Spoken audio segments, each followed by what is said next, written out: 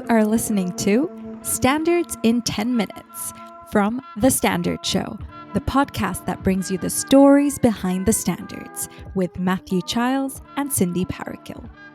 Hello, my name is Matthew Childs. And I'm Cindy Parakill. And this Standard in 10 Minutes is Standards in 10 Minutes. Here are 10 things you need to know. Number 1. What standards are all about? At their core, standards are about making things work better, safer, and smarter. They're agreed ways of doing things, shaped through collaboration between experts and stakeholders. Whether it's manufacturing a product, managing information securely, or delivering a service, standards help ensure consistency, quality, and trust.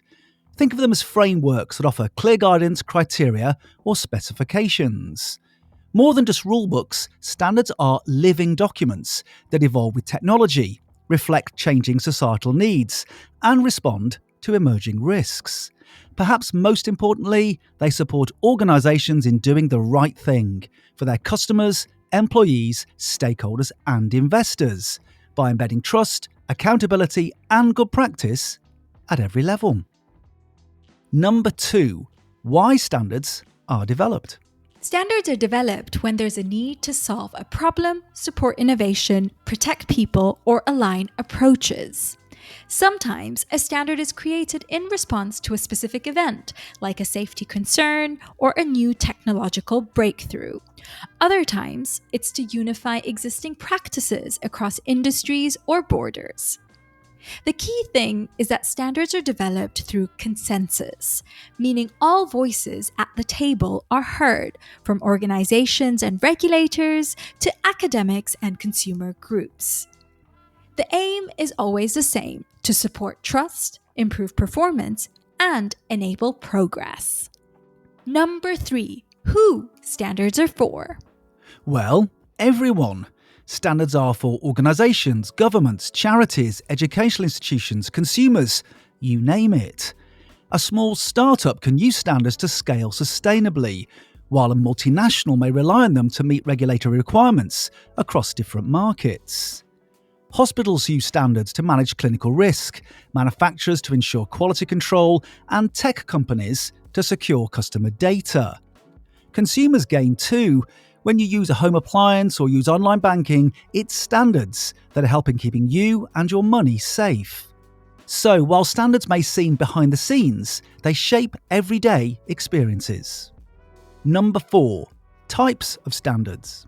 Standards are classified according to their purpose and the type of guidance they provide. The main classifications include specifications, which set out mandatory testable requirements and use definitive language such as shall, making them suitable for contracts and compliance. In contrast, codes of practice offer recommended best practices and use more flexible language like should, often applied in areas such as design or safety. Guides provide general advice and help users understand how to apply standards in practice, usually written in informal, explanatory terms. Methods of test outline step-by-step procedures to ensure consistent and repeatable testing results. Vocabulary standards ensure clear communication by defining key terms used across industries, while classification standards group materials, products, or processes based on shared features or performance levels. These categories help users choose and apply the most appropriate standard depending on their specific needs and context. Number 5. What's inside standards? Inside a standard, you'll usually find an introduction, scope, terms and definitions, and a set of structured clauses. These might outline processes, responsibilities, performance criteria, or documentation requirements. Importantly, standards are written in clear, precise language, designed to be accessible but also technically robust. They're practical too, including annexes, diagrams, examples, and references to related standards. While some people imagine standards to be rigid, many are surprisingly flexible, designed to be adapted to different contexts. Think of it as standards giving you a map, not a maze. Number 6. how organisations use standards. Implementing a standard starts with understanding what it requires and why. Organizations usually begin with a gap analysis to compare current practice with the standard's guidance. From there, it's about setting objectives, allocating responsibilities, and building processes that align with the standard. This might mean updating policies, training teams, investing in systems, or improving how data is handled. Implementation is not one size fits all. It depends on the organization's size, sector, and goals. Some go on to seek external third-party certification. Others use standards as an internal best practice. What matters most is embedding the principles into day-to-day operations so they become second nature, helping organizations to do the right thing. Number 7, benefits of using standards. Where do we start? Standards build confidence among customers, regulators, investors, and employees.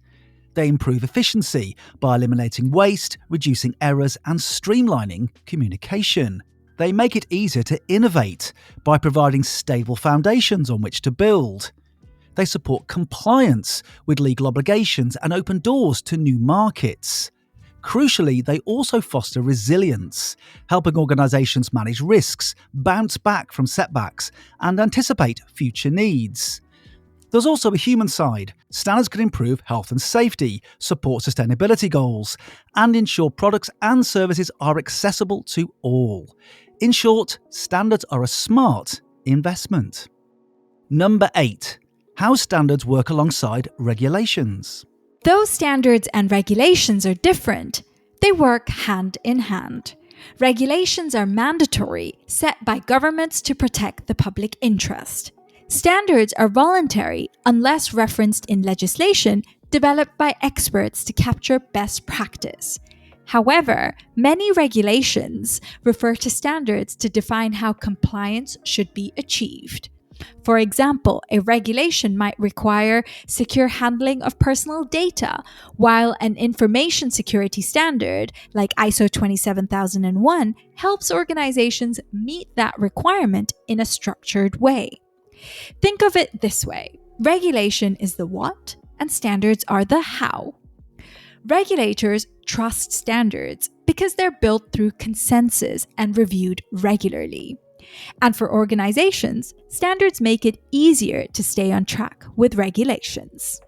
Number 9, for everything you can think of and more. Did you know there's a standard for making a cup of tea? Sort of. ISO 3103 sets out how to brew the perfect cup of tea for taste testing, not your morning brew. It covers everything from how hot the water should be to how long to brew it, and even the kind of teapot to use. The goal isn't to tell you how to make the tea at home, but to make sure taste tests are done the same way every time. And there are lots of other ways standards reach into nearly every corner of daily life. ISO 10918 governs the JPEG format, which keeps our phone photos small and shareable. ISO 9999 classifies assistive tech like ergonomic kitchen tools and voice-activated devices. EN 1725 sets out requirements on safety, strength and durability for the beds we sleep in. Even streaming content has a standard. ISO IEC 23008 defines high-efficiency video coding for platforms like Netflix.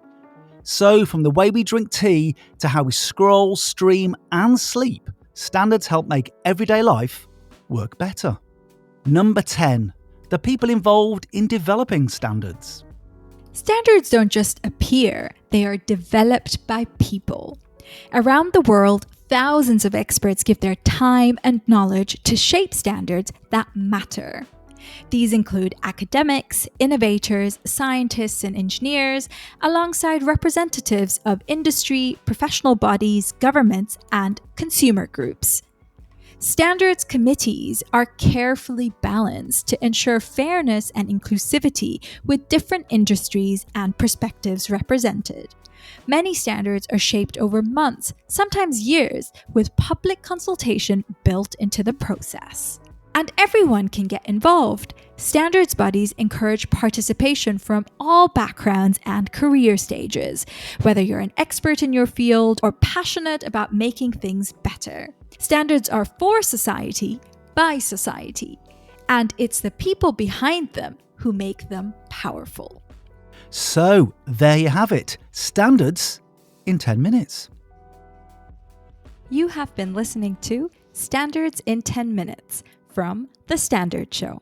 Subscribe to us now, wherever you get your podcasts. You just heard a Stripped Media production.